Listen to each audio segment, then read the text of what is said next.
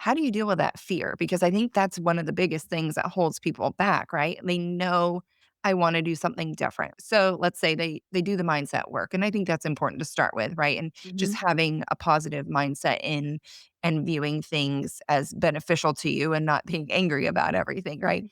And so you shift your mindset, but then you still decide, I want something different. But that's scary. That's really scary Very. to people. Yeah. So how do they deal with the fear? The content presented in this podcast and YouTube show is for informational and entertainment purposes only. It is not intended to be a substitute for professional medical advice, diagnosis, or treatment. Always seek the guidance of your physician or other qualified healthcare provider with any questions you may have regarding your health or a medical condition. Never disregard professional medical advice or delay in seeking it because of something you have heard or seen on this show. If you think you may have a medical emergency, call your doctor or emergency services immediately. The host, guest, and producers of this show are not responsible for any adverse effects resulting from your use of or reliance on any information presented.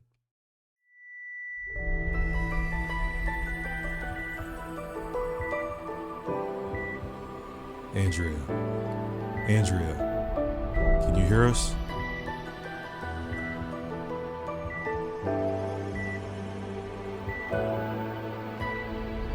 Many years ago, I died for 26 seconds. There are so many people in this world that have experienced life events that have led to their soul purpose. Wake Up Your Soul with Andrea will bring you these significant life events that demonstrate how to use those moments for guidance and life purpose. These are our stories.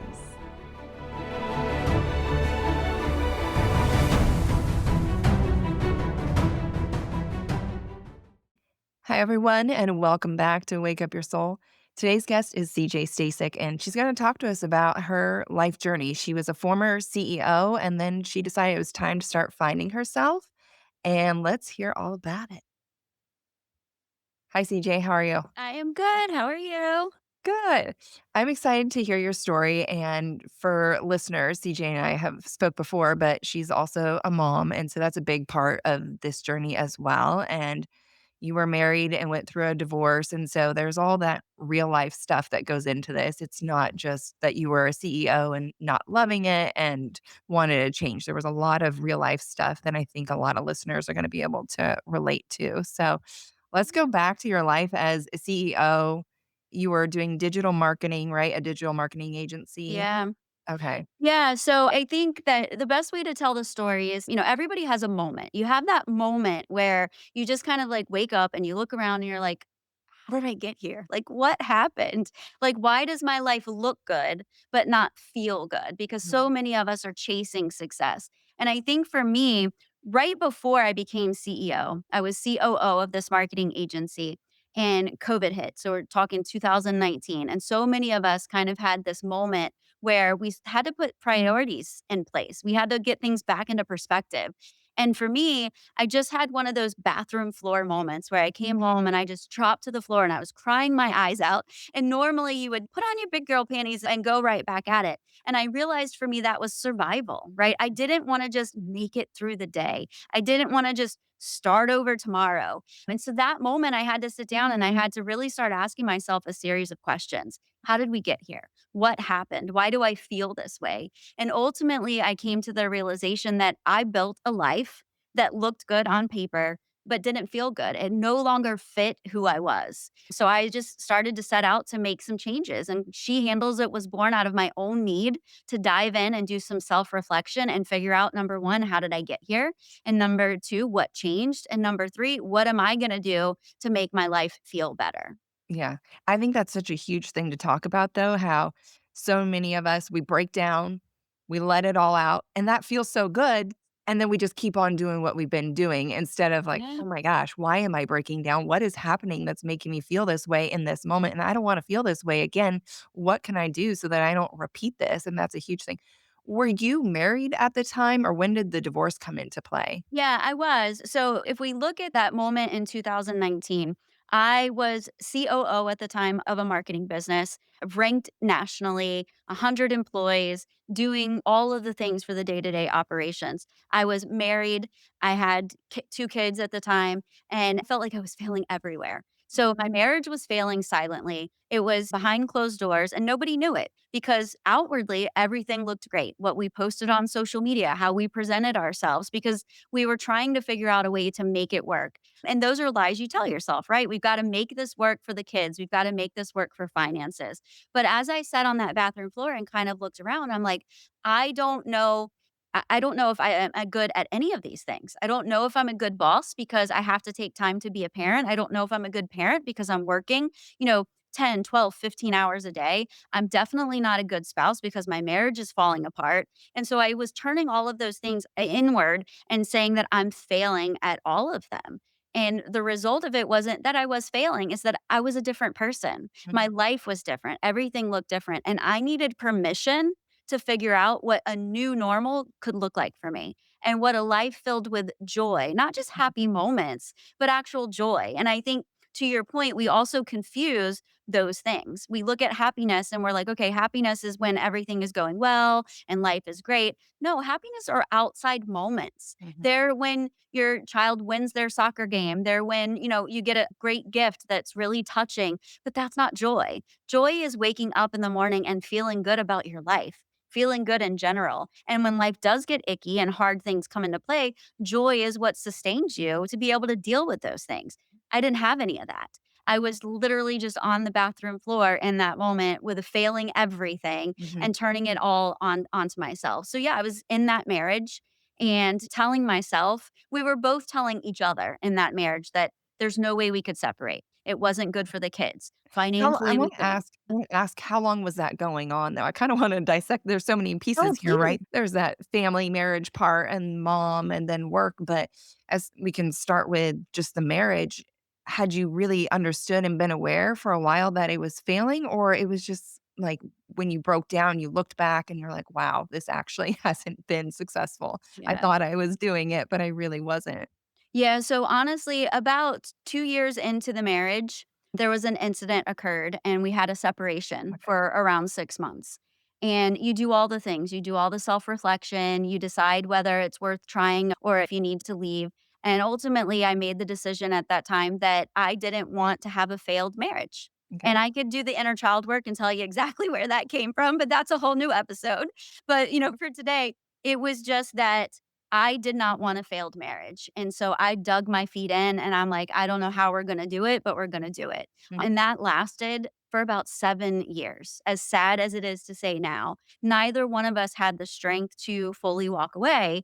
And that bled into everything, right? Like that bled into every moment of the life because we were both lacking. We were both lacking that companion, or we were both lacking the things that we thought marriage would bring to us. So, yeah, for 7 years, I sat in that yuck, trying to drum up the courage. Yeah, and you say you didn't have the strength to walk away for 7 years, but I also hear that for 7 years you had the strength to try. Yeah. And I mean, that's Yeah. also a huge thing, right? And so I think that's important for your kids to see too, that you did try, you put in the effort and you tried for 7 years. And then as far as a mom, you felt like you were failing as a mom. What parts did you feel like you were failing? And it was just the time, that too much time at work and not being present enough, or It was definitely a combination. So I would say the biggest thing is that I didn't feel like I was present enough. I felt like even when I was there, I was thinking about work or I was thinking about the failed marriage. There was always something that was taking up that brain space so that when, my little daughter was like wanting to play a game, it's like, mommy needs a minute, like not being able to have that. Or when my older son was trying to tell me about something that his friends did, in school, like I didn't have the mental capacity to really be able to listen. So it's either kind of like half listening or you snap and you become impatient. Mhm, Also, as a mother, I didn't feel that my patience was there, period. So if I wanted something done, I needed it done now. If something was messy, it became a big deal. Like everything felt like a hurdle because I was not just carrying the weight of being a mother, but I couldn't let go of what happened at work or the responsibilities there or wondering where my spouse was or did I say something wrong? Like there was just always that mental inner dialogue that was keeping me from being present. mhm. It's interesting to think about. I think we compartmentalize a lot of our lives, right? Or we try to, but it never works out that way and everything kind of bleeds over. So if things are a mess in your marriage and things are a mess in work, it all just kind of meshes together. And I Yes. totally get that because there's times where the way I react to the kids, it's not how I want to react, and I'm thinking, "Why am I reacting this way?" I'm like, yes, it's because I have 5,000 other things that I'm thinking about right now that I need to get done that are not done, and that's weighing super heavily on me. It has nothing to do with that small mess that they just made, right? Mhm. It's just when all these other things are out of alignment, everything becomes huge and catastrophic. So, what do you think is the biggest thing people can ask themselves if they're trying to figure out, do I need to just completely make a shift? Or is it like, oh, I just need to make some minor tweaks and get my Yeah. life, rearranged? I think it starts with the question of like, how did I get here? And you kind of start to think about it. So for me, when I was on that bathroom floor and I was thinking about my job, your initial instinct is, I'm unhappy. I'm unhappy right now. And you want to blow everything up, right? Like you want to quit your job and you want to start over. But I had to really sit down and say, what is making me unhappy? And the end result of that question was that I didn't feel aligned. And so when you start asking yourself questions, it's like, why don't I like my job? It's not just the coworker that irritates you. It's Mhm, not just the boss that talks to you, not correctly. Like, what don't you like about the job? And you kind of start digging into it. And for me, it was that I was no longer aligned with the mission. Like, I was a different person. We start our careers usually in our 20s, right? And we're a different yeah. person. We usually don't have children, or if we do, we don't have quite as many where we may or may not be married, and if we are, we're starting out and we're in the honeymoon phase and everything feels fresh and we're hustling for that goal. We're driving for that next promotion, or we're building our business if we're an entrepreneur, and and you get to those goals. Well, there comes a certain time in our careers, especially in midlife, where you start to look at it and you're like, okay, well, here I am.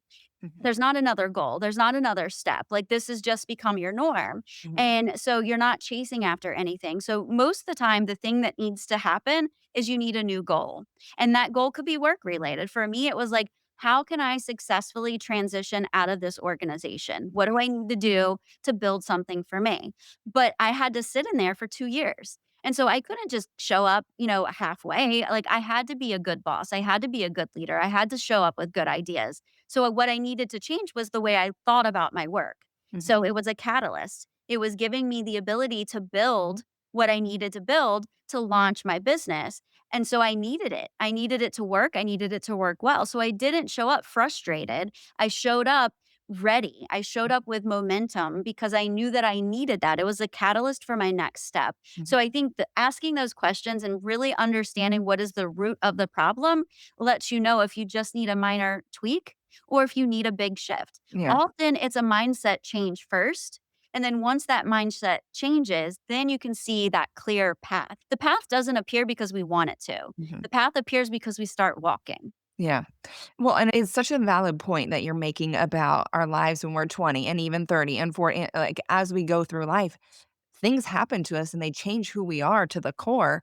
And sometimes what we started 20, 30 years ago is no longer in alignment. However, but also, like you're saying, having this mindset shift is really important. And that can be enough to make you satisfied with where you're currently at. So Yep. sometimes it's not, you obviously made a big shift in leaving your job and starting your own company, but that's not always what people need. And sometimes just that mindset shift is enough then they're able to find a new view and perspective on the world that they've been living in and find that happiness. But I also want to ask when it comes to making this shift out of a current position and over to maybe it's your own journey or just, maybe it's entrepreneurship and maybe it's just working for another company.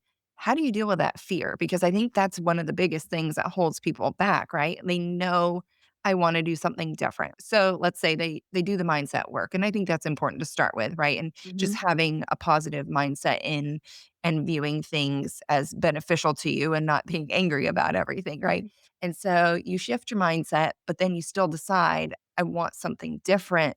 But that's scary. That's really scary Scary. to people. Yeah. So how do they deal with the fear? So the one thing that I tell people when it comes to that fear is number one, you've got to latch on to your why, right? And there's a ton of people out there that talk about that. Simon Sinek is always, about the why. And so when you decide, hey, I want to make this shift, why do I want to make this shift? Do I want to make this shift for my health? Do I want to make this shift for my family? Am I making this shift because I don't like my boss? Like what is the reason why I'm making this shift?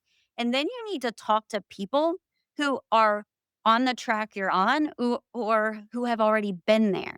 Because too often we turn around and we talk to our friends, we talk to our family, we talk to people that they don't know they're doing it, but they want to keep us safe, right?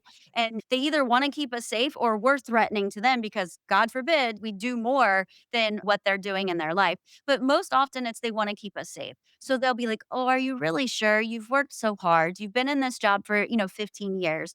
What are you going to do about the kids? There's so much heavy lifting when you start a new job." Like they're going to tell you all of their fears. But when you talk to someone who's made that pivot, when you talk to someone who's made a change or who's living the life that you're after, they're going to be different. They're going to look at you and say, "Why wait? What are you waiting for? It was the best decision I made." Yes, was it hard? Was it scary? Absolutely, but look where I'm at today. And so it's also a matter of putting yourself in the right room. And you and I both, we do a lot of networking. So we're really familiar with this concept of surrounding ourselves with the right people. But the average listener to this podcast isn't going to be, jumping into all of these different rooms and building up their network and doing all of these things.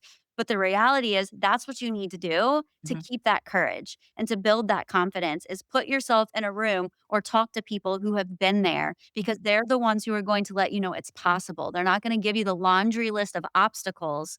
They're going to let you know that it's possible. Mhm. And I think so often we also sometimes ask people that are close to us because we almost want to stay safe, right? Like we know we want the change, but then it's like, no, I really want to hear what I want to hear right now, right? Definitely. I don't do that anymore, but I would say that probably was very much somebody I was in my 20s, right? It's like, it's just when shit is scary, it's so much easier to just go to the people that are going to tell you what you want to hear. And it's not necessarily what you need to hear. Yeah. And so sometimes even that we think it's such a big dream, it's like this lofty goal that we have, and it just might be easier if I just go ask somebody that's gonna tell me, "Yeah," because you know in your head it's a little bit crazy, but what you really need is that person to give you a push, right? Yes. But then I'm gonna go to the person that's also gonna tell me it's a little bit crazy. That way I don't have to get in this uncomfortable state of pushing through that uncomfortableness of growth and all that, and so sometimes we're asking the wrong people, but I agree completely with what you're saying that we need to put ourselves in the rooms with the people that can help us grow the most. And I always talk about that how, when we want to have change in our lives, we have to get uncomfortable because if Mhm. we're feeling comfortable, it's because everything is familiar, right? That's where we get that comfortableness from. It's familiarity. And so by putting yourself in an uncomfortable situation, it means it's new. Mhm. And that's where you're gonna be able to have the most growth. If it was all familiar and the same, what would you need it for? You'd already be there, right? You'd already be Yeah. accomplished and have everything that you're wanting, and so you need that change. Yeah, I wanna circle back because you bring up a really, really good point, and you had talked about sometimes we go to the people who we know are gonna say what we want them to say. It's the same thing as, like, we Google because we know Google can give us the answer we want, right? Because 'Cause it's got both sides, and so Yeah, we're like, "See, I told you," or, "Yeah, I knew that I needed to stay put." But we also do the same thing in, like, relationships. When we're having a tough time, we talk to the person that we know is gonna bash our significant other with us, or we talk to the person that we know is gonna tell us, "Hey, this is what marriage is supposed to look like." Like, we pick and choose based on the message that we think that we want to hear. And then we get mad at people when they tell us the truth. mhm, And so that's where that comes from. So I think it's important to remember that not just in business, put yourself in the right room, but in life. yeah, Like, there's a reason why so many people say that your friend circle evolves as you evolve, and there's a reason for it. And you're going to reach points of your life where you've got to let go of the people, the places, and the things that no longer serve the season of life that you're in. And it's not easy for everybody, but it drastically impacts the quality of your life when you're able to look around and be like, okay, phew, this yeah. is where I'm supposed to be. I actually had a situation recently where I wanted to vent to somebody about what had happened, And I actually stepped back and I was like, why do I want to tell this person this? I'm like, because this person's gonna be in agreement with me and take the same stance, and it's just gonna be like, "Yes, girl," and I'm like, "That is not what I need right now." I want somebody that might have a different opinion, and I'm open to maybe they're gonna have the same, but I wanted somebody that I knew wouldn't for sure have the same, right? And so, actually, I was kinda proud of myself because 'cause I'm like, "Big girl, Andrea." Like, I'm able to, like, step back and be like, "Okay, like, why am I even wanting to share this with this person? Are they gonna give me a different perspective?" And I typically do enjoy having somebody give me a different perspective so that I'm not just living life on a hamster wheel. Yeah, and that So goes to show the work you've done. So, I mean, that's amazing, but, like, you have that trust in the world that, you can feel comfortable reaching out, and a lot of people don't. So it is a testament to how hard you've worked on yourself to be able to stop and have that pause and say, "Wait a minute, yeah.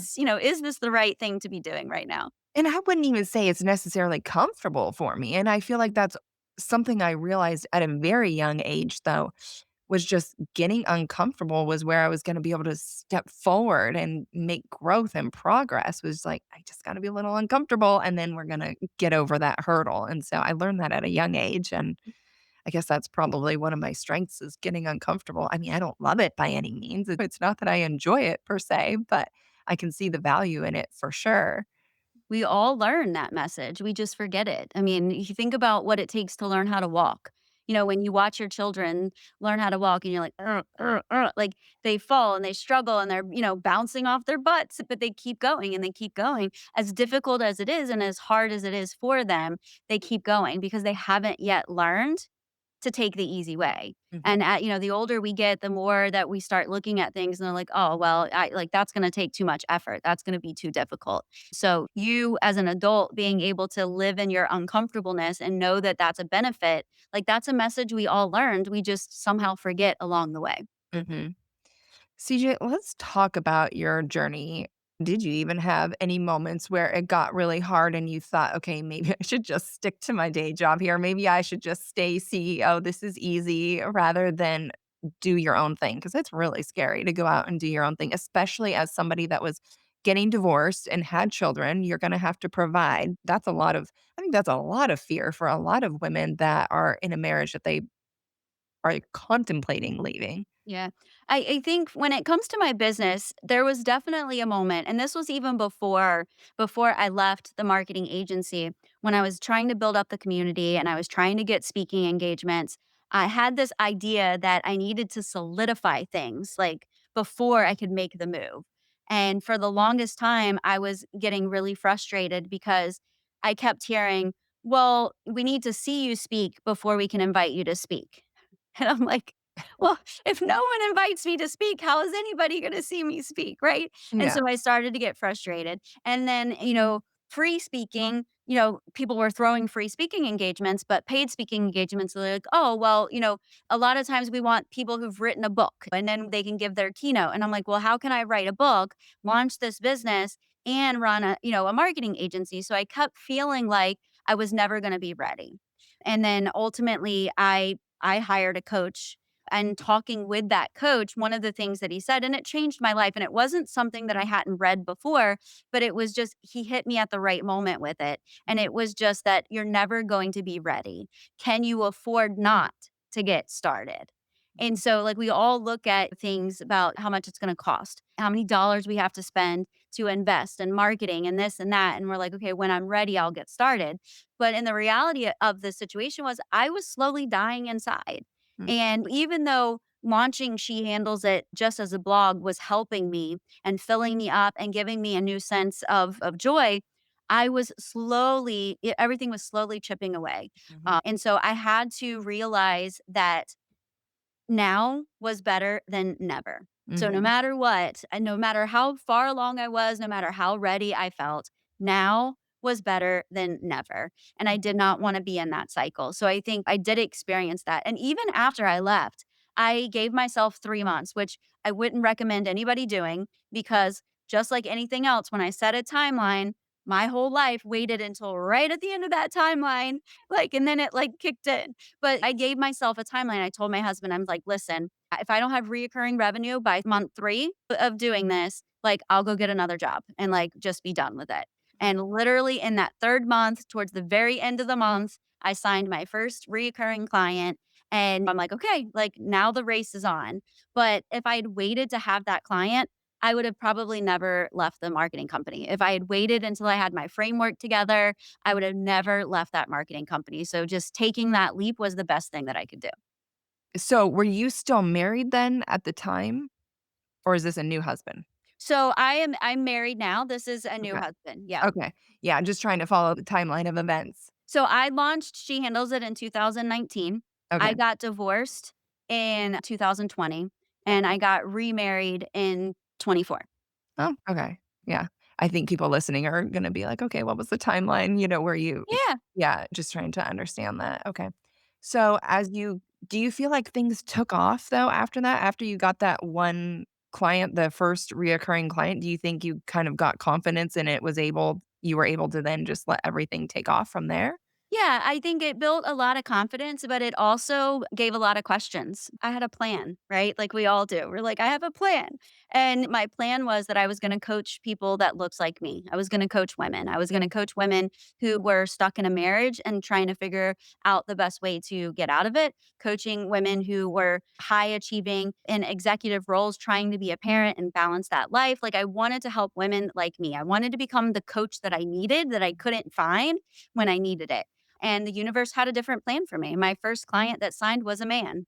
And a male CEO, at that, completely different than what my plan was. And I'm like, okay, let's live in this space for a minute and see how it works. And had I not accepted that client and not gone through that process, my business wouldn't be what it is today, which is both coaching and consulting. So now I do get to work with women who look like me, but I also get to work with business owners who are dealing with what I was dealing with. So it still does look like me, just Yeah. in a different space. And I get to use both the coaching that I love to do and my business expertise to help my consulting clients. And my practice is very different. Like I don't want to take a consultant client that doesn't want to do personal work. If Mhm. you don't want to find out what is holding you back from delegating, and that is not a work thing. That is a personal thing. If you don't want to do that work to find out why you're the bottleneck and what's making you feel like you're the only one that can do things, we're not a right fit for each other. And so I was able to build both because I took that leap and I trusted what was coming my way. Yeah, that's important to talk about boxing yourself in with these ideas that we think are what we need and what we want. I mean, for so long so here I am podcasting and we're climbing. I think I'm gonna hopefully soon be in the top 5%, but it jumped pretty rapidly, but the funny thing is, I never wanted to do podcasting, never. I was so adamant that I was not gonna do it. I was just gonna do the YouTube platform, that was it, and it was like, well, I guess it's too easy not to just throw it on to the podcast platforms as well. Like, I'm already recording it, I might as well just throw it over there. And then it just became successful. Yeah. I mean, I don't wanna say easily, but it just did because Yeah. I think it was meant to be part of my journey, and it's just funny because for quite a while, I was like, "I'm not podcasting." I'll be honest, guys, for everybody listening, I don't even listen to podcasts. People always ask me, "What's your favorite podcast?" I'm like, "I don't listen to podcasts. I make podcasts, but I don't listen to." I mean, once in a while, I will listen to some, but for the most part, it's just kind of funny that here we are. This is what I'm doing right now. But I've definitely learned to just kind of trust in the things that come forward for you and just explore it and see what happens. And I really do believe that things will be shut down when they're meant to be shut down, and the doors will open if they're meant to. Yeah. So I think I those are think a lot of times, especially with like business coaches, you hear a lot of niche down, niche down, niche down, and, create a focus. But for entrepreneurs who are just getting started, you don't really know what your niche is going to be. You might know what you like and what you want to work with. But had you not just decided to give it a try, your podcast wouldn't be able to be in the top 5%, heading upwards. right. But you listen to that particular piece and that message that was being sent to you. And it's really the same thing about just life in general. It's just being willing to roll with the punches is what I always say and like live in life. and be present in the moment. And what is this moment trying to tell me? Mhm, And for me, I thought it was to, again, help women who looked like me, but it was really to help people who were stuck like me, right? mhm. And using that expertise. So whether it is difficulty in running a business or difficulty in managing a team or difficulty in raising children and co-parenting and all of these things, I have all these lived experiences Mhm. and I want to work with people who fit those experiences. That is my niche. It Yeah. doesn't look like the niche that I thought it was. Yeah, we've had this conversation before, and I've had a lot of people come and say that I needed to focus in on women and this and that, and it's like, I actually when I look at the metrics, I think my listeners I mean, go ahead, listeners, and tell me, but I think it's half and half. It really is about it's roughly half and half, men and women. And for me, it's about just like you're saying, same thing, helping people to overcome the obstacles in their life. And that's a woman or a man. And that's important to me. And as a mom, I mean, I think I have probably a good amount of parents as listeners as well, but that's really important to me to help both parents, a man or a woman that's struggling in parenthood or in life. And if you're struggling in life, you're struggling in parenthood for sure. Right? Definitely. And so it's really important to me to not close the door to a certain audience just because I feel like everything I share is not just for women and it's not just for men either. It's just really for anybody that wants more out of life. And I think a lot of what you're doing as well is, of course, you can focus in on women, but you're also helping people to achieve another level in their life. hmm Yeah, and you can find a way to hit those specialty groups that you want to hit or those little niches within your niche. I do in person events, and most of them are catered for women, right? And that's okay because Yeah. I do have a goal of I want women to feel comfortable in their own bodies, in their own skin. I want them to feel comfortable talking about things that our grandparents and sometimes even our parents were like, oh, that's taboo. We don't talk about those things.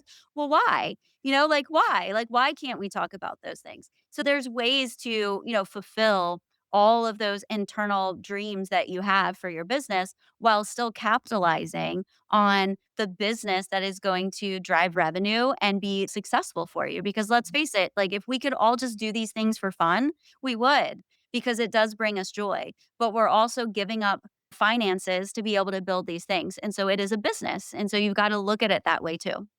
I think that's a really great point because, yes, the podcast can be one platform that reaches all audiences, and then you can have all these subset areas where you're Mhm. doing different things, and like you're saying, different events for different people. You could probably host events just for men and Yep. events just for women, and so, yeah, that's really important because I think sometimes people get overwhelmed, though, with people saying they need to niche down and box yourself into this or that, and then it's like, "Well, that's not what I wanted." So don't Yep. do it then, just do what works for you, and then you'll find these little subset areas that other people are kind of talking about, and it will work out for you.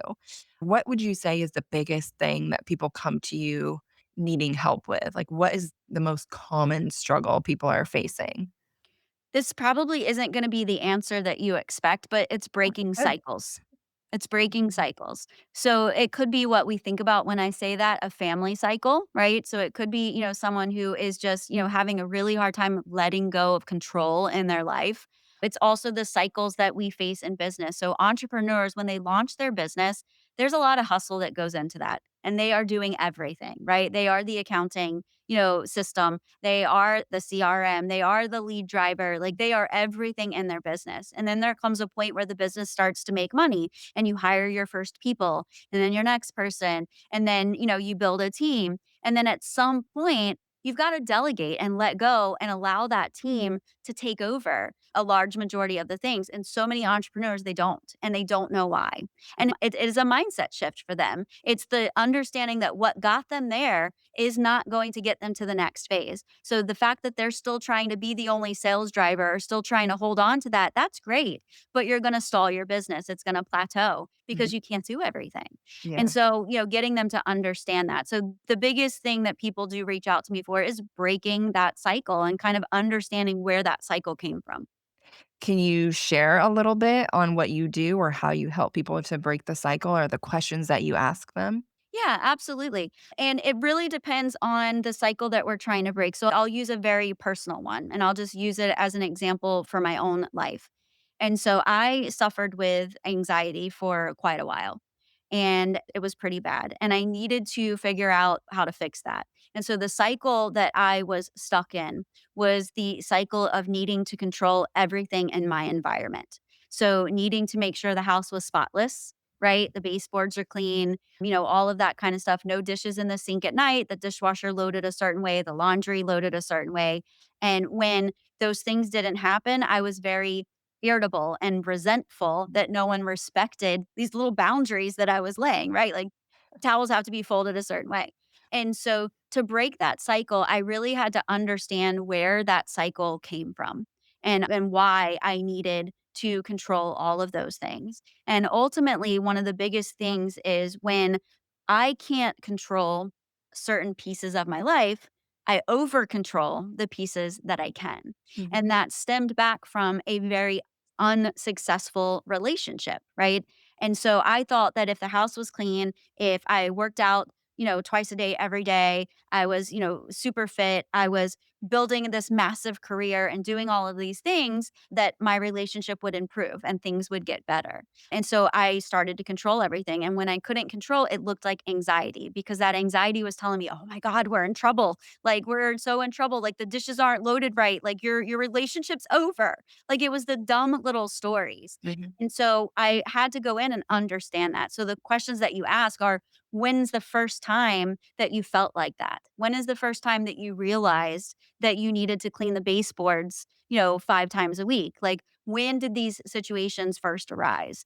And then you can start to uncover and resolve. Another one is someone who's overly productive, like needing to check off tasks and constantly be busy. That usually stems from someone who was only told, I love you or good job when they got good grades in school and all that. And so they start to associate love with what you're able to accomplish. Mhm. And so when we can uncover those, we can break that cycle because we can release it, because we can tell ourselves, much like the inner dialogue you mentioned earlier, like, wait, do I really need to talk to this person?